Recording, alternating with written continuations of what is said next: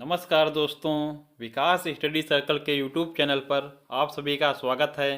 दोस्तों, आज 27 फरवरी 2023 से संबंधित जो महत्वपूर्ण करंट अफेयर है उस पर हम लोग चर्चा करेंगे। आप लोग दोस्तों वीडियो के साथ अंत तक अवश्य बने रहें तथा वीडियो को ज़्यादा से ज़्यादा लाइक करें, शेयर करें और चैनल को अधिक से अधिक सब्सक्राइब करें। चलिए दोस्तों, देखते हैं आज का हमारा पहला प्रश्न है। नई दिल्ली में प्रारंभ विश्व पुस्तक मेला 2023 का उद्घाटन किसके द्वारा किया गया है? तो दोस्तों, जो विश्व पुस्तक मेला 2023 है इसका आयोजन जो है कहाँ किया गया? तो नई दिल्ली में किया गया है। और दोस्तों, इसका उद्घाटन जो है वह राजकुमार रंजन सिंह ने किया है, जो कि वर्तमान में दोस्तों शिक्षा राज्य मंत्री हैं। तो ध्यान रखिएगा, विश्व पुस्तक मेला 2023 इसका आयोजन कहाँ किया गया है? तो नई दिल्ली में। और किसके द्वारा? तो शिक्षा राज्य मंत्री राजकुमार रंजन सिंह के द्वारा किया गया है। नेशनल जो बुक ट्रस्ट ऑफ इंडिया है और दोस्तों भारतीय व्यापार संवर्धन संगठन द्वारा यह आयोजित किया गया। ध्यान रखिएगा दोस्तों, national book trust of India जो है और भारतीय जो व्यापार संवर्धन संगठन है इसके द्वारा आयोजित किया गया। और 2023 में दोस्तों इसकी थीम क्या है? तो इंडिया @75। ध्यान रखिएगा दोस्तों, इंडिया @75 इसकी थीम है। आगे देखिएगा दोस्तों, अगला प्रश्न है। हाल ही में best adventure tourism destination award 2023 से किसे सम्मानित किया गया? तो दोस्तों, best adventure tourism destination award जो 2023 है इसे दोस्तों सम्मानित किया गया है जम्मू कश्मीर को। और बात की जाए दोस्तों, यह 2023 का अवार्ड है। अगर 2022 की बात की जाए तो 2022 में दोस्तों यह अवार्ड दिया गया था उत्तराखंड को। ध्यान रखिएगा, 2023 में अवार्ड दिया गया है दोस्तों जम्मू कश्मीर को और 2022 में उत्तराखंड को यह अवार्ड दिया गया था। आगे देखिएगा, अगला प्रश्न है। बजट 2023-24 के तहत व्यक्तिगत आयकर व्यवस्था में कितनी आय को करमुक्त करने की घोषणा की गई है? इम्पॉर्टेंट दोस्तों प्रश्न है। बजट जो 2023 और 24 का पेश किया गया था इसमें दोस्तों जो व्यक्तिगत आयकर व्यवस्था की गई, इसमें दोस्तों आय को करमुक्त करने की घोषणा की गई है 3 लाख रुपए तक। जो 3 लाख रुपए है दोस्तों यह अब आयकर से मुक्त होगी। और अगर कर स्लैब की बात की जाए तो यह दोस्तों 6 से घटाकर 5 कर दिए गए हैं। ध्यान रखिएगा, कर स्लैब जो हैं यह घटाकर 6 से 5 कर दिए गए। और जो 0 से दोस्तों 3 लाख तक की आय है यह कर मुक्त है। पहले दोस्तों 0 से 2.5 लाख तक जो है इस पर आयकर जो थी दोस्तों वह 0% थी। लेकिन अब जो है 0 से 3 लाख तक दोस्तों आयकर जो है वह 0% होगी। ध्यान रखिएगा, इंपॉर्टेंट प्रश्न है। इसमें दोस्तों अगर बजट की बात की जाए, अगर आपसे पूछा जाए कि मिष्टी योजना किससे संबंधित है?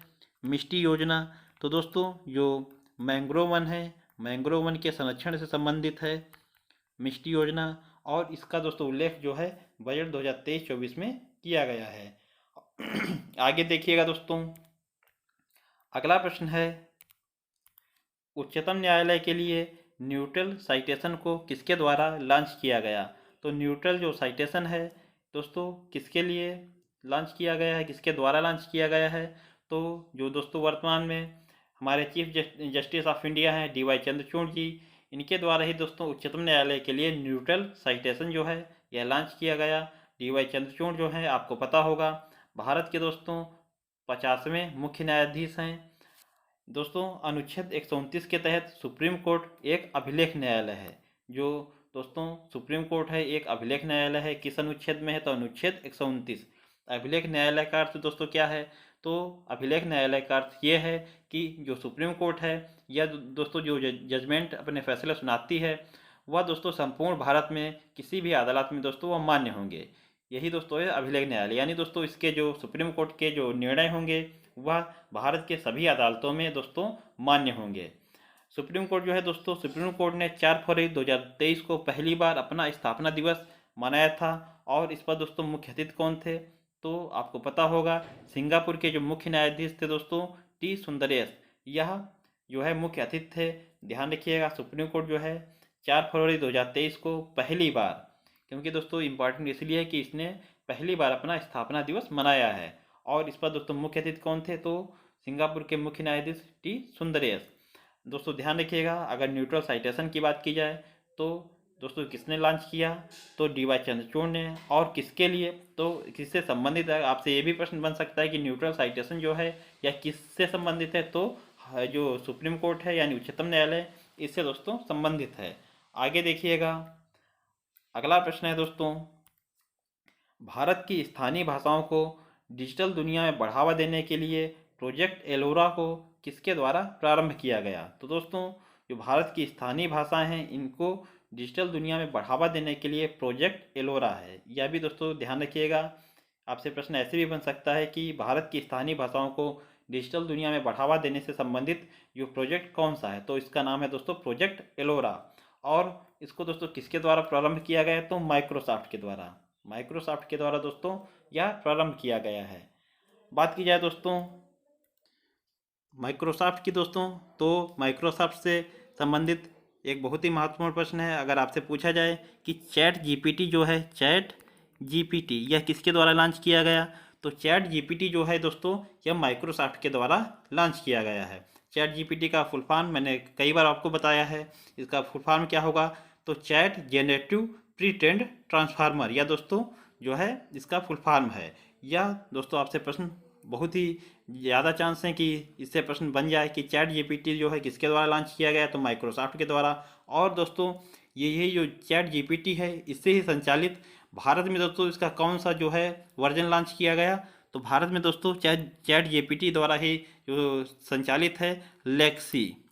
लेक्सी जो है यह भी दोस्तों चैटबॉट एक है और इसे दोस्तों भारत में लॉन्च किया गया है। और आपसे पूछा जाए कि लेक्सी जो है इसको किस कंपनी ने निर्मित किया है? तो वेलोसिटी कंपनी। वेलोसिटी कंपनी है जो वेलोसिटी कंपनी, इसके द्वारा यह निर्मित किया गया है। अगर दोस्तों चैटबॉट की बात की जाए, बार्ड चैटबॉट पूछा जाए आपसे, बार्ड चैटबॉट किसके द्वारा लॉन्च किया गया? तो बार्ड चैटबॉट जो है दोस्तों यह लॉन्च किया गया है गूगल के द्वारा। गूगल के द्वारा दोस्तों बार्ड चैटबॉट लॉन्च किया गया और चैट जीपीटी यह दोस्तों माइक्रोसॉफ्ट के द्वारा लॉन्च किया गया।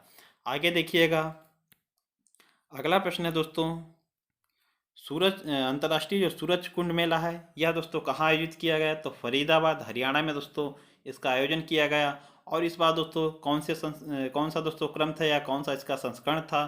तो इसका संस्करण था 36वां। ध्यान रखिएगा दोस्तों। आगे देखिएगा, अगला प्रश्न है, किस देश में आयोजित डेजर्ट फ्लैग 8 जो है एक्सरसाइज में भारतीय वायुसेना द्वारा भागीदारी की जाएगी?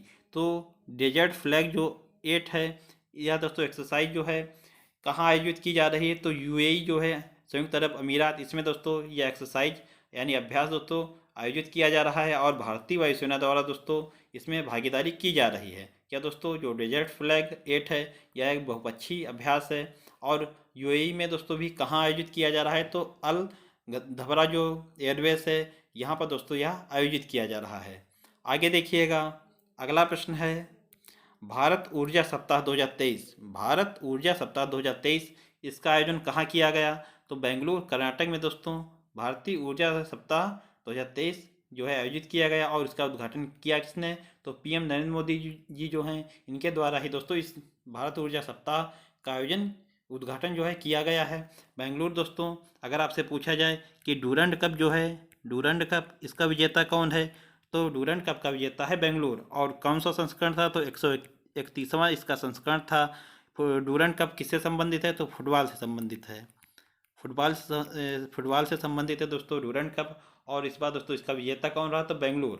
आगे देखिएगा, अगला दोस्तों प्रश्न है, प्रधानमंत्री की आर्थिक सलाहकार परिषद के अध्यक्ष विवेक देवराय भारत के मुख्य आर्थिक सलाहकार कौन है? तो अनंत नागेश्वरन। ध्यान रखिएगा, दोनों प्रश्न काफ़ी इंपॉर्टेंट है कि प्रधानमंत्री की आर्थिक सलाहकार परिषद के अध्यक्ष कौन है? तो विवेक देवराय हैं दोस्तों। और भारत के मुख्य आर्थिक सलाहकार वर्तमान में कौन है? तो अनंत नागेश्वरन। दोनों में दोस्तों आपको कन्फ्यूजन हो सकता है, लेकिन ध्यान रखें कि अगर आर्थिक सलाहकार परिषद के अध्यक्ष की बात की जाए तो वह हैं दोस्तों विवेक देवराय, और मुख्य आर्थिक सलाहकार की बात की जाए तो वह अनंत नागेश्वरन। आगे देखिएगा, अगला प्रश्न है दोस्तों, राजस्थान के किस जिले में 14वां राष्ट्रीय संस्कृत महोत्सव 2023 आयोजित किया जा रहा है? दोस्तों जो राष्ट्रीय संस्कृत महोत्सव है 2023 कौन सा संस्करण है? तो 14वां संस्करण है और आयोजित कहाँ किया जा रहा है? तो राजस्थान में। और राजस्थान के किस जिले में? तो बीकानेर में। ध्यान रखिएगा दोस्तों, राजस्थान के बीकानेर में राष्ट्रीय संस्कृत महोत्सव 2023 का आयोजन किया जा रहा है। और इसका संस्करण है 14वां। 2022 में दोस्तों इसका आयोजन कहाँ किया गया, तो राजमुंद्री जो आंध्र प्रदेश है यहाँ पर दोस्तों इसका आयोजन किया गया था। आगे देखिएगा दोस्तों, अगला प्रश्न है थाईपुसम उत्सव की बात की जाए तो थाईपुसम उत्सव जो है यह किस राज्य से संबंधित है, तो तमिलनाडु से। और जो थाईपुसम उत्सव है किस समुदाय द्वारा मनाया जाता है, तो तमिल समुदाय द्वारा। दोस्तों आपको पता होगा जो तमिलनाडु है इसमें तमिल समुदाय की अधिकता है और इसी के द्वारा दोस्तों थाईपुसम उत्सव मनाया जाता है। अगला प्रश्न है पीएम नरेंद्र मोदी द्वारा दक्षिण भारत की पहली औद्योगिक कॉरिडोर परियोजना की आधारशिला कहाँ रखी गई, तो दोस्तों जो तुमकुर है कर्नाटक में, यहीं पर दोस्तों दक्षिण भारत की पहली औद्योगिक कॉरिडोर परियोजना की आधारशिला रखी गई है। तुमकुर से संबंधित एक प्रश्न बहुत ही दोस्तों इम्पॉर्टेंट है, आपसे पूछा जाए अगर हेलीकॉप्टर निर्माण की एशिया की सबसे बड़ी फैक्ट्री कहाँ स्थापित की गई, तो दोस्तों हेलीकॉप्टर निर्माण की एशिया की सबसे बड़ी फैक्ट्री स्थापित की गई है तुमकुर कर्नाटक में ही। और दोस्तों तुमकुर कर्नाटक की बात की जाए, इसमें दोस्तों यह जो फैक्ट्री है स्थापित की गई, पूछा जाए आपसे किस कंपनी द्वारा स्थापित की गई है, तो हिंदुस्तान एरोनॉटिकल जो लिमिटेड है HAL, इसके द्वारा ही दोस्तों यह फैक्ट्री स्थापित की गई है। आगे देखिएगा, अगला प्रश्न है दोस्तों, अगला प्रश्न है FATF जो है दोस्तों फाइनेंशियल एक्शन टास्क फोर्स, इसने दोस्तों किस देश की सदस्यता को रद्द करने की घोषणा की है, तो दोस्तों फाइनेंशियल एक्शन टास्क फोर्स जो है इसके द्वारा दोस्तों रूस की सदस्यता को दोस्तों जो है रद्द करने की घोषणा की गई है। इसकी स्थापना की बात की जाए तो 1989 में दोस्तों इसकी स्थापना की गई और वर्तमान में इसके सदस्य देश कितने हैं, तो 39 दोस्तों 39 इसके सदस्य देश हैं। इसका मुख्यालय कहाँ है, तो पेरिस फ्रांस में दोस्तों इसका मुख्यालय है। और इस समय दोस्तों जो फाइनेंशियल एक्शन टास्क फोर्स है इसके प्रमुख कौन है, तो टी राजा कुमार, जो कि दोस्तों कहाँ के निवासी हैं, तो सिंगापुर के निवासी हैं टी राजा कुमार, जो कि दोस्तों इस समय FATF के प्रमुख हैं। और FATF का कार्य क्या है, तो आतंकवाद की फंडिंग को रोकना, यह दोस्तों इसका कार्य है। आगे देखिएगा, अगला प्रश्न है मैन होल की सफाई के लिए, जो मैन होल दोस्तों होते हैं सीवर के दोस्तों होल, इसमें दोस्तों मैन होल की सफाई के लिए बैंडिकूट जो है रोबोट लॉन्च करने वाला पहला राज्य कौन सा है, तो दोस्तों सीवर की सफाई के लिए बैंडी जो कूट रोबोट है इसे लॉन्च किया है केरल ने, ध्यान रखिएगा। और जो यह रोबोट है किसके द्वारा निर्मित किया गया, तो जो जेनेरोबोटिक्स द्वारा दोस्तों यह निर्मित किया गया है। दोस्तों प्रश्न एक इससे संबंधित है, अगर आपसे पूछा जाए कि सीवेज की सफाई 100% मशीनीकृत करने से संबंधित योजना कौन सी है, तो नमस्ते योजना। दोस्तों नमस्ते योजना जो है यह किससे संबंधित है, तो सीवेज की 100% जो सफाई है वह मशीनीकृत हो, इससे ही संबंधित है नमस्ते योजना। केरल का दोस्तों OTT प्लेटफॉर्म कौन सा है, तो सी स्पेस, यह भी दोस्तों ध्यान रखिएगा। आगे देखते हैं, अगला प्रश्न है दोस्तों Bharat the agriculture innovation mission for climate में शामिल हुआ है और इसकी स्थापना किसके द्वारा की गई है, तो जो दोस्तों the agriculture innovation mission for climate है इसमें दोस्तों भारत शामिल हुआ है और इसकी स्थापना की थी अमेरिका और संयुक्त अरब अमीरात के द्वारा। स्थापना कब की गई, तो सन 2021 में इसकी स्थापना की गई है। उद्देश्य क्या है, तो 5 वर्ष दोस्तों 2021 से 25 तक जलवायु पर आधारित स्मार्ट कृषि करना, यह इसका उद्देश्य है। आगे देखिएगा, अगला प्रश्न है दोस्तों किस राज्य द्वारा family ID one family one identity portal को लॉन्च किया गया, तो दोस्तों जो उत्तर प्रदेश है इसके द्वारा ही family ID one family one identity को लॉन्च किया गया। और इसमें दोस्तों यह जो ID है कितने अंकों की है, तो 12 अंकों की। आगे देखिएगा, अगला प्रश्न है दोस्तों भारत का नया ड्रग कंट्रोलर जनरल किसे नियुक्त किया गया, तो राजीव रघुवंशी जो हैं इन्हें दोस्तों भारत का नया ड्रग कंट्रोलर जनरल नियुक्त किया गया है। अगला प्रश्न है नीति आयोग के नए CEO कौन हैं, तो नीति आयोग के नए CEO यानी मुख्य कार्यकारी अधिकारी हैं BVR सुब्रमण्यम, इन्हें दोस्तों हाल ही में नीति आयोग के नई CEO के रूप में दोस्तों नियुक्त किया गया। अगर इससे पूर्व CEO की बात की जाए तो इससे पूर्व दोस्तों CEO थे परमेश्वरन अय्यर, यह इससे पूर्व दोस्तों नीति आयोग के सीईओ थे। नीति आयोग के दोस्तों अगर अब इससे उपाध्यक्ष की बात की जाए, अध्यक्ष तो आपको पता होगा जो प्रधानमंत्री भारत के होते हैं वह नीति आयोग के अध्यक्ष होते हैं। और उपाध्यक्ष की बात की जाए तो वर्तमान में उपाध्यक्ष हैं दोस्तों सुमन के बेरी। सुमन के बेरी जो हैं वह दोस्तों नीति आयोग के उपाध्यक्ष हैं। यूट्यूब के नए सीईओ कौन हैं? तो नील मोहन जो हैं दोस्तों यह यूट्यूब के नए सीईओ हैं। अगर दोस्तों आपसे पूछा जाए कि आईबीएम के जो आईबीएम है दोस्तों इसके नए सीईओ कौन हैं? तो आईबीएम के नए सीईओ हैं दोस्तों अरविंद कृष्णा। अरविंद कृष्णा या दोस्तों आईबीएम के नए सीईओ हैं, ध्यान रखिएगा। और यूट्यूब का दोस्तों नया सीईओ कौन है? तो नील मोहन। और दोस्तों इन्हें किसके स्थान पर जो है नियुक्त किया गया? तो इससे पूर्व दोस्तों जो सीईओ थे पूर्व में तो वह थे दोस्तों सुशांत वोजुकी। सुशांत जो वोजुकी हैं दोस्तों या इससे पूर्व यूट्यूब के सीईओ थे, ध्यान रखिएगा। अगर दोस्तों बात की जाए, आपसे पूछा जाए दोस्तों कि जो माइक्रोसॉफ्ट है इसके सीईओ कौन हैं? तो माइक्रोसॉफ्ट जो है दोस्तों माइक्रोसॉफ्ट इसके सीईओ कौन हैं? तो दोस्तों आपको पता होगा जो सत्या नडेला हैं यह वर्तमान में दोस्तों इसके माइक्रोसॉफ्ट के सीईओ हैं। और गूगल के सीईओ कौन है? सुंदर पिचाई हैं। यह भी दोस्तों आप लोग ध्यान रखें। आगे देखिएगा, अगला दोस्तों प्रश्न है वर्ल्ड जो गवर्नमेंट समिट 2023 इसका आयोजन कहाँ किया गया? तो दुबई यूएई में दोस्तों वर्ल्ड गवर्नमेंट समिट जो 2023 इसका आयोजन किया गया है। अगला प्रश्न है किस भारतीय फिल्म को दोस्तों एचसीए में दोस्तों सर्वश्रेष्ठ अंतर्राष्ट्रीय फिल्म का पुरस्कार जीता है? दोस्तों जो एचसीए है इसमें सर्वश्रेष्ठ अंतर्राष्ट्रीय फिल्म का अवार्ड जो है किसने जीता? तो भारतीय फिल्म दोस्तों जो आरआरआर है इसने ही दोस्तों एचसीए में दोस्तों जो सर्वश्रेष्ठ अंतर्राष्ट्रीय फिल्म का अवार्ड जीता है। और दोस्तों आपको पता होगा अभी हाल ही में जो गोल्डन ग्लोब अवार्ड थे इसमें बेस्ट सॉन्ग का अवार्ड दोस्तों किसने जीता? तो नाटू नाटू सॉन्ग जो है इसने गोल्डन ग्लोब अवार्ड में बेस्ट सॉन्ग का अवार्ड जीता। और यह दोस्तों सॉन्ग जो है किस फिल्म का है? तो फिल्म है दोस्तों आरआरआर, ध्यान रखिएगा। आगे देखते हैं दोस्तों, आज का हमारा अंतिम प्रश्न है वैश्विक जो हैकाथॉन है हार्बिंगर इसके दोस्तों दूसरे संस्करण का आयोजन किसके द्वारा किया जाएगा? तो जो वैश्विक हैकाथॉन है हार्बिंगर इसके दूसरे संस्करण का आयोजन जो है दोस्तों आरबीआई के द्वारा किया जाएगा। आरबीआई दोस्तों रिजर्व बैंक ऑफ इंडिया, इसकी दोस्तों स्थापना कब की गई? तो इसकी स्थापना की गई थी 1 अप्रैल 1935 को।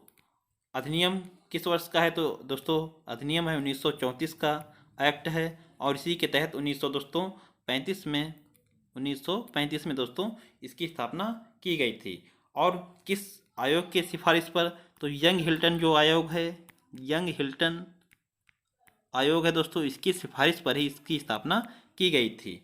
यंग हिल्टन आयोग जो है दोस्तों इसी को शाही आयोग भी कहा जाता है, शाही आयोग भी इसे कहा जाता है। और वर्तमान में दोस्तों आरबीआई के गवर्नर कौन हैं? तो दोस्तों शक्तिकांत दास जो हैं, शक्तिकांत दास दोस्तों यह वर्तमान में आरबीआई के 25वें गवर्नर हैं।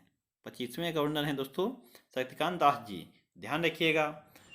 तो ये दोस्तों आज के हमारे करंट अफेयर की दृष्टि से कुछ महत्वपूर्ण प्रश्न थे। आशा करता हूँ आप लोगों को वीडियो पसंद आया होगा। वीडियो पसंद आया हो तो दोस्तों वीडियो को लाइक करें, शेयर करें और चैनल को अधिक से अधिक सब्सक्राइब करें। मिलते हैं दोस्तों अपने अगले वीडियो में, तब तक के लिए आप लोगों को बहुत बहुत धन्यवाद। जय हिंद दोस्तों।